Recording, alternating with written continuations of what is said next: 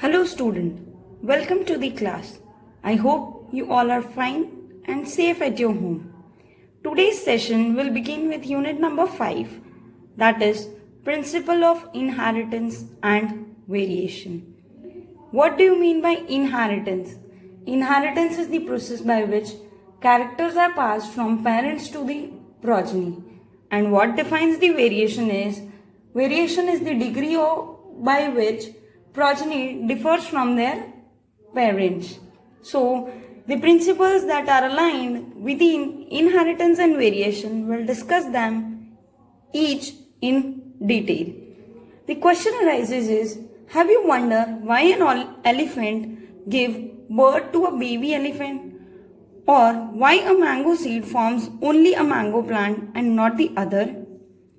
Given that they do, are the offspring identical to their parents?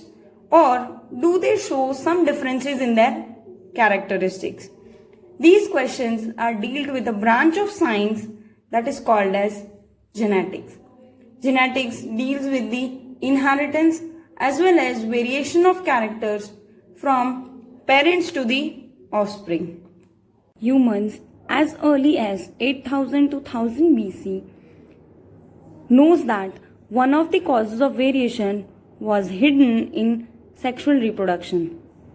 They exploited the variation that were naturally present in the wild population of plants and animals to selectively breed and select for organisms that possessed desirable characteristics. Before moving on to Mendel's law of inheritance, let's know something about Mendel. Mendel was born in a German-speaking family and his hobby was gardening. Accidentally, he came across that during selective breeding, he observed that the characteristics are inherited from parents to their offspring. This results in discovery of Mendel's law of inheritance. By the mid-19th century, he conducted hybridization experiment on garden peas for 7 years and proposed the law of inheritance. He was also called as the father of genetics. Genetics is the branch of science dealing with the study of genes, genetic variation, and heredity in organism. His experiment had a large sampling size which gave greater credibility to data that he collected. During Mendel's investigation into inheritance pattern, it was the first time that statistical and mathematical analysis were applied to solve problems in biology. Mendel investigated characters in garden pea plant that were manifested as two opposing traits. Example, tall or dwarf plant, yellow or green seed. This rule governing inheritance, which was expanded on by later scientists to account for all the diverse natural observations and complexity inherent in them. These Mendel laws were again rediscovered by the three scientists named as Hugo de Vries, Carl Correns, and Erich Tesselmark, who rediscovered this Mendel law and was accepted in the later upcoming years. Mendel conducted an artificial pollination experiment using several true breeding pea lines. True breeding line is one that have undergone continuous self-pollination and showed stable trait inheritance and expression for several generations. This means that those lines or those generation which shows continuous self-pollination that have undergone continuous self-pollination and shows a stable trait inheritance, those are called as true breeding lines. Now we'll talk about some of the Mendelian characters that were taken into consideration by Mendel. Now we'll talk about Mendelian contrasting characteristics that he had taken into his consideration during his experimentation. There are 7 Mendelian contrasting characters. First is seed shape, seed color, flower color, pod shape, pod color, flower position, and stem height. We have already talked about dominant and recessive. Dominant alleles are those alleles that mask the expression of the recessive allele, whereas recessive allele are those alleles that cannot be expressed in the presence of dominant allele. So for a particular trait, there is one dominant allele and one recessive allele. So dominant allele for seed shape is round, which can be denoted by capital R, and recessive is wrinkled, which is denoted by small r, small r. Similarly, for seed color, the dominant trait is yellow, capital Y, and recessive trait is green, small y, small y. For flower color, the dominant trait is violet, that is W, and the recessive trait is white, small w, small w. For pod shape, the dominant phenotype is full or inflated, and its genotype is capital I. Recessive phenotype is constricted, and its genotype is small I. Similarly, with pod color, its dominant phenotype is green, capital G, and its recessive phenotype is yellow, and genotype is small g. Flower position, axial, dominant phenotype, capital A. Recessive phenotype is terminal, small a. Stem height, dominant is tall, its genotype is capital T. Dwarf, its genotype is small t. Now we'll talk about inheritance of one gene. Inheritance of one gene. Gregor Mendel crossed tall and dwarf pea plant to study the inheritance of one gene. How he crossed the plant? We'll see. In the parental generation, he took a pea plant with the genotype capital T, that is tall plant, and he took another plant with the genotype small t, and a phenotype dwarf plant. He crossed between them, and the F1 generation that he obtained was capital T small t, capital T small t, capital T small t, and capital T small t. This suggests that during the F1 generation, he got only tall phenotypic plants. When he crossed these two, in the next generation, he observed that F2 generation comprises of capital T, capital T small t, capital T small t, and most important, a recessive trait, that is small t, which was not observed in the F1 generation. This shows that the phenotype that was missing in the F1 generation reappeared in the F2 generation. That means the recessive trait which was masked by the dominant trait in the F1 generation got expressed in the F2 generation. After this test cross, he collected the seeds produced as a result of the cross, grow them and generate plants of first hybrid generation. This was called as filial generation or F1 generation. In F1 generation, all the plants were tall. As you can see, capital T and small t. So capital T indicates tall plant. So because of this capital T, all the phenotype of the F1 generation would be tall and not dwarf. From this observation, he concluded that F1 generation always resembled either one of the parent. Mostly it is dominant, and the trait of the other parent was not seen. Again, this parent trait was seen in F1 generation but not recessive one. So, according to his observation, only one of the parental trait was seen in F1 generation and not the recessive one. When he self-pollinated between F1 generation or filial generation 1, he observed that there were 3 tall and 1 dwarf. This means that the ratio is 3/4 and 1/4. Now let me explain how 3/4 and how 1/4. this is the genotype for a tall plant. Again, this is the genotype for a tall plant. This is the genotype for the tall plant. So you can observe that 1, 2 and 3 out of 4 plants or progeny have tall phenotype with the genotype T, capital T, small t, capital T, small t. Hence 3. Now you can observe that the genotype of only a single progeny is small t. That is, out of 4, only one assumes to be recessive one. That is why its phenotype is 1 by 4. So the ratio that the Mendel obtained during this cross was 3:1.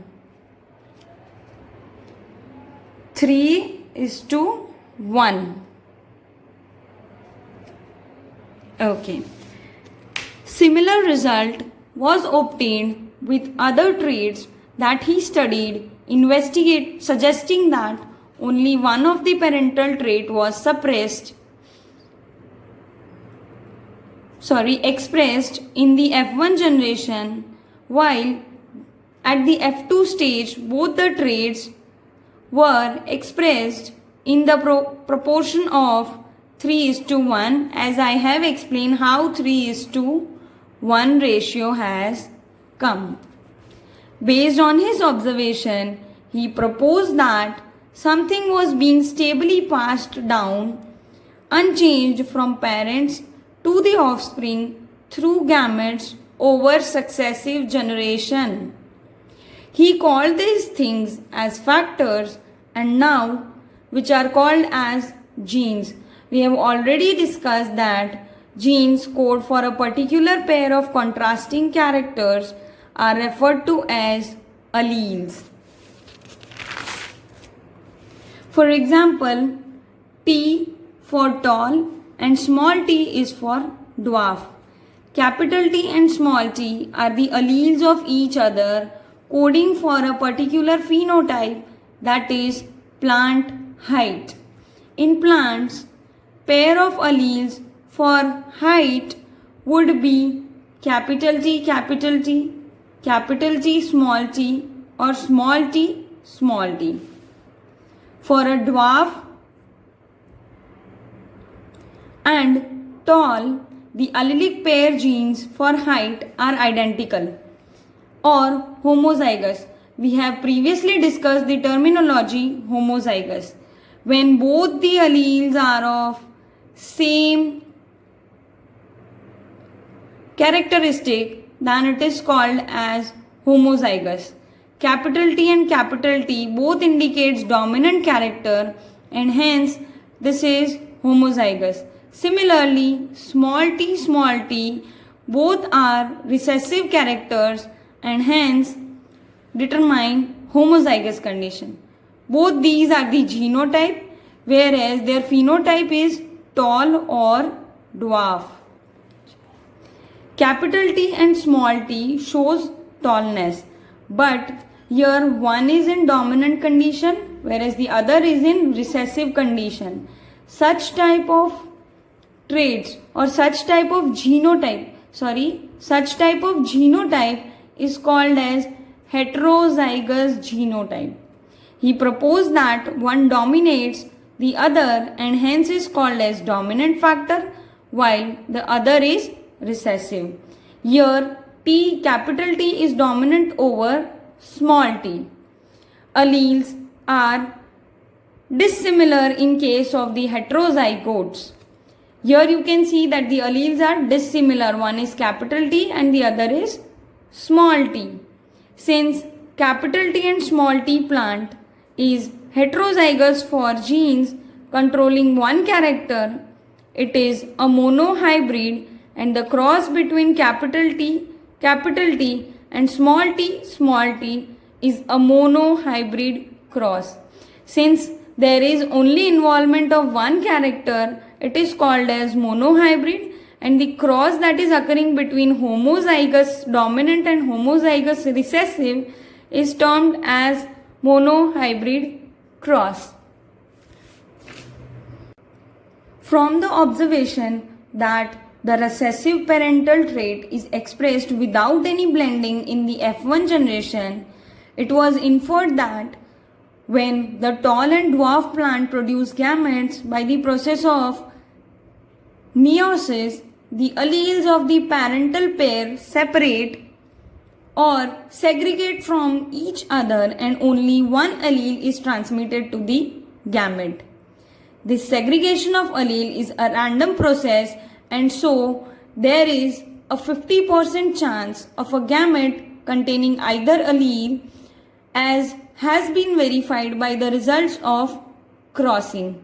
In this way, the gametes of tall T have the allele capital T, and the gametes of the dwarf have the allele small t. During fertilization, the two alleles capital T from one parent. Let me explain how segregation of alleles takes place during fertilization. During fertilization, for example, if the allele for the tall plant is capital T and the allele for the dwarf plant is small t, then during fertilization, two alleles capital T1 from the parent, say from pollen, comes, whereas the small t come from the egg and produce the zygote that have one allele with capital T and the other allele with small t. In other words, the hybrid have capital T and small t. Since these hybrid contain allele which express one dominant and one recessive trait, they are called as heterozygous plant. The production of gametes by parents, the formation of the zygote, F1 generation and F2 plants can be understood very well with the help of a Punnett square we will discuss. The Punnett square can be defined as the graphical representation to calculate the probability of all possible genotypes of a offspring in a genetic cross. The possible gametes are written on the two sides of the square. Now let's understand. This is the parent generation having a tall phenotype and a dwarf phenotype, and capital T genotype and small t genotype. Now we'll place tall phenotype over here and dwarf phenotype over here. So when we prepare a Punnett square, we'll take one allele from here and one allele from here. So this will be capital T small t, this will be capital T small t, this will be again capital T small t and capital T small t. So in F1 generation, we'll get all the progenies with this genotype, that is capital T and small t, and the phenotype tall. So we can write here genotype is capital T small t and phenotype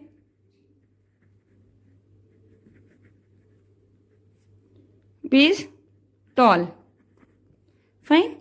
In the F2 generation, what we observed is he crossed capital T small t and capital T small t together.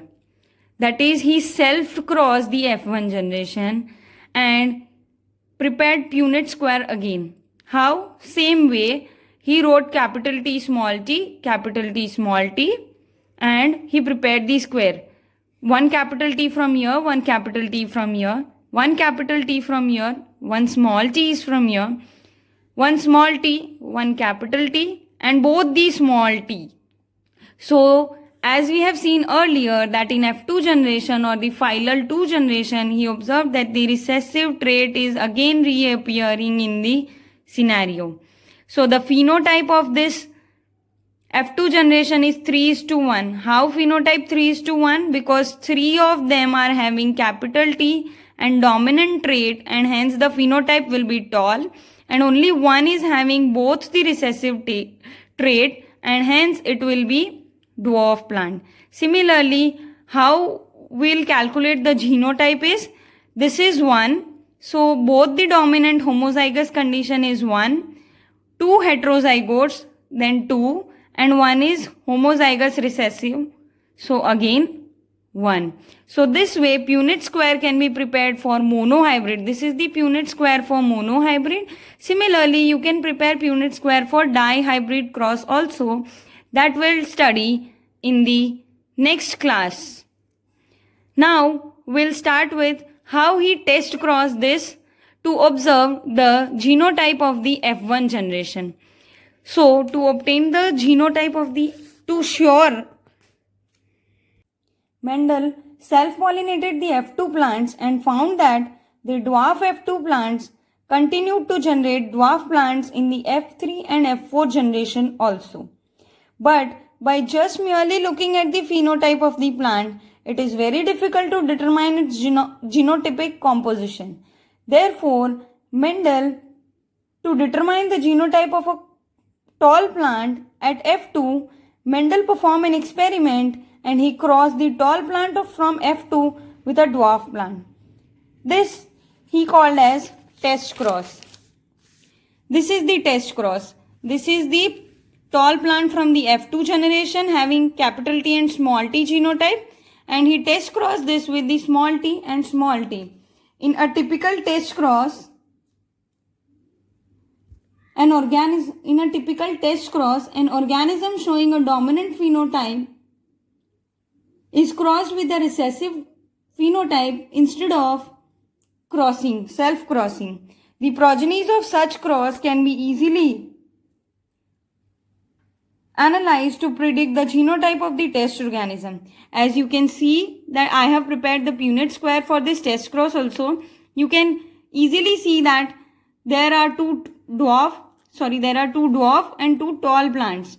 If it would be capital T, then all the 4 progenies that we could get would be tall, as we have seen earlier. Hence, this test cross will help in determining the genotype of the F1 generation plants. Next topic is the Mendelian law of inheritance. There are 2 Mendel's law of inheritance. Next topic is the Mendelian law of inheritance. There are 2 laws or principles of inheritance given by the Mendel. First one is the law of dominance and the second one is the law of segregation. That we'll discuss in our next class. Thank you very much. Thank you so much. I hope this topic is clear to you and you are now able to prepare Punnett square on your own. Try this at your home and let me know if you have any doubt. You can contact me or approach to me anytime. Thank you.